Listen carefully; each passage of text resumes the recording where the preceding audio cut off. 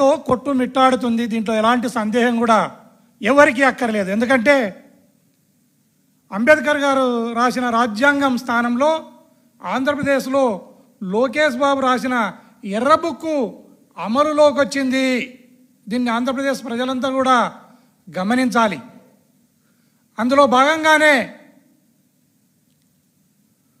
नाम देखा तो बुढ़ा है, उसका क्रिमिनल हिस्ट्री देखा तो बहुत बड़ा है. పేరేమో బుడ్డా, ఆయన క్రిమినల్ చరిత్ర బడా. ఆ బుడ్డా రాజశేఖర రెడ్డి మొన్న శ్రీశైలం ఒక పవిత్రమైన, యావత్ దక్షిణ భారతదేశంలోనే ఒక పవిత్రమైన దేవస్థానము. ఆ దేవస్థానంలో తాగి తందన్నలాడేదే కాకుండా ఆయన అటవీ అధికారులను అడ్డగించడమే కాకుండా వారి జీపును లాక్కుని, వారి జీపులో ఈయననే స్వయంగా డ్రైవింగ్ చేస్తూ బాగా తాగడము, కైపెక్కే వరకు తాగడము, తాగిన తర్వాత అటవీ అధికారులను తన్నడము. అట్లా తంతూ కొడుతూ అడవంతా 3-4 వరకు, దాదాపు తెల్లగయ్యే వరకు వీళ్ళను అటవీ అధికారులను తంతూ కొడుతూ వాళ్ళ జీపును లాక్కుని, వారి దగ్గర ఉన్న వాకీటాకీలను కూడా లాక్కుని, వారి దగ్గర ఉన్న ఎక్విప్మెంట్ను కూడా లాక్కుని విచక్షణారహితంగా ఒక జనసేన అతను ఇతను ఇద్దరు కలిసి ఇష్టానుసారంగా కొట్టడం అనేది యావత్ ఆంధ్రప్రదేశ్లోనే ఒక సంచలనంగా మారిన ఘటన.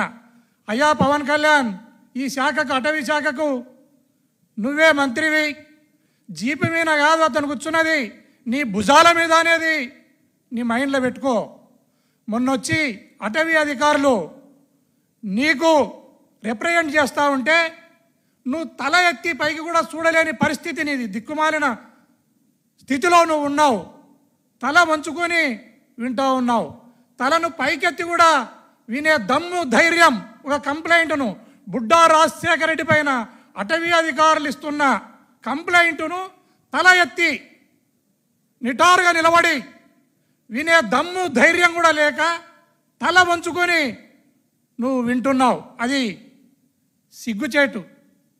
యావత్ మీ మంత్రివర్గానికి, మీ కూటమి ప్రభుత్వానికే అది ఒక సిగ్గుచేటుగా మనం భావించవచ్చు.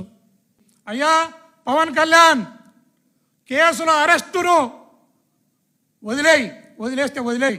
కనీసం ఈ ఘటన తప్పు, ఈ ఘటన, ఇలాంటి ఘటనలు జరగరాదు, ఈ ఘటన చాలా తప్పు, వాడు ఇలాంటి పనులను చేయరాదని ఒక ప్రెస్ మీట్ పెట్టే దమ్ము, ధైర్యం కూడా నీకు లేకపోవడం అనేది చాలా సిగ్గుచేటు.